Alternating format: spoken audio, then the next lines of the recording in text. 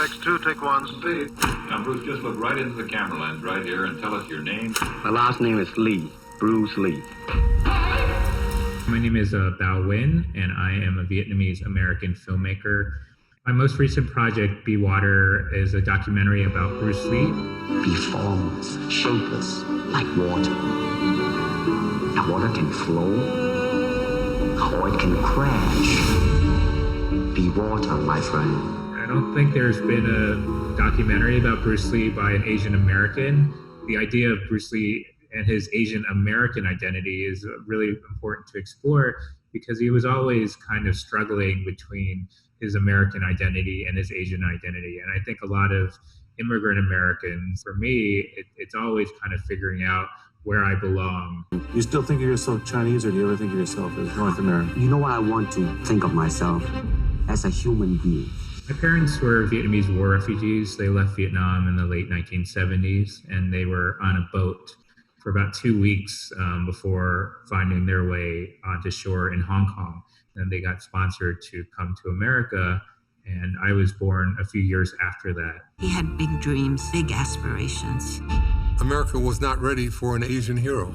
The struggles that Bruce Lee faced in terms of prejudice, discrimination, and identity are issues that we still face today as a community, especially during, the COVID pandemic and a lot of anti-Asian racism from not just people interacting with strangers on the street, but to the top levels of the American government in many ways.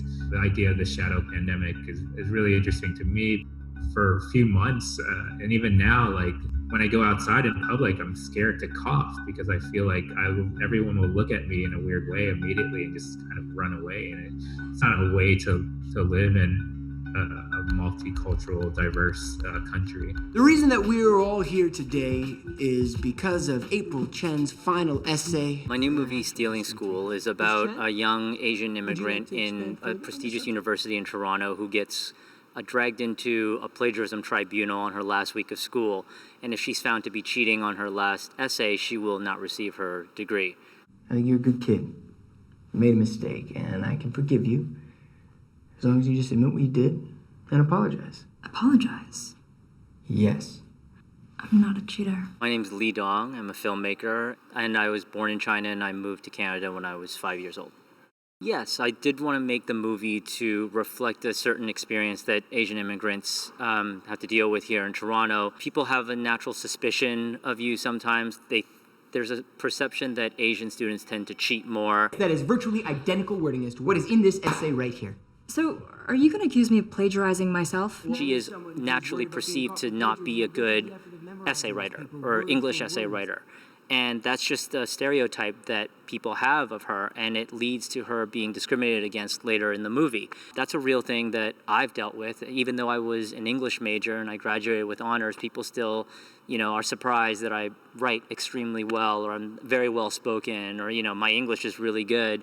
These are things that I still have to deal with, and they're not outwardly damaging in a way that is measurable. But as I tried to show in the movie, when people treat you like you're strange or you're something other than a normal Canadian, it can wear down on you. I've tried to stay further than 2 meters away from people at the grocery store because even if I'm 2 meters away from them, they still think I'm a little bit too close, and I've been aggressively told to back away. All the instances of anti-Asian racism, harassment that's going around in America and all over the world really makes us rethink some way, are we accepted in this country?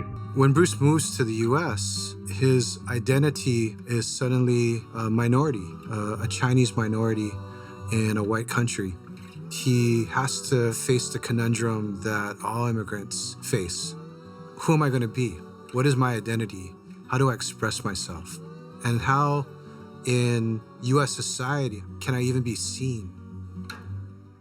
Hollywood is racist because America is racist, and it's this vicious cycle. And I think that's really true because, when we see negative portrayals on screen of ourselves, that's how people treat us in real life, in society.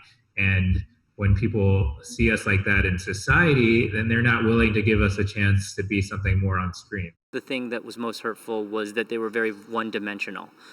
which is something that I tried to do very differently in my movie. You sure you want all those people in there to find out who you really are?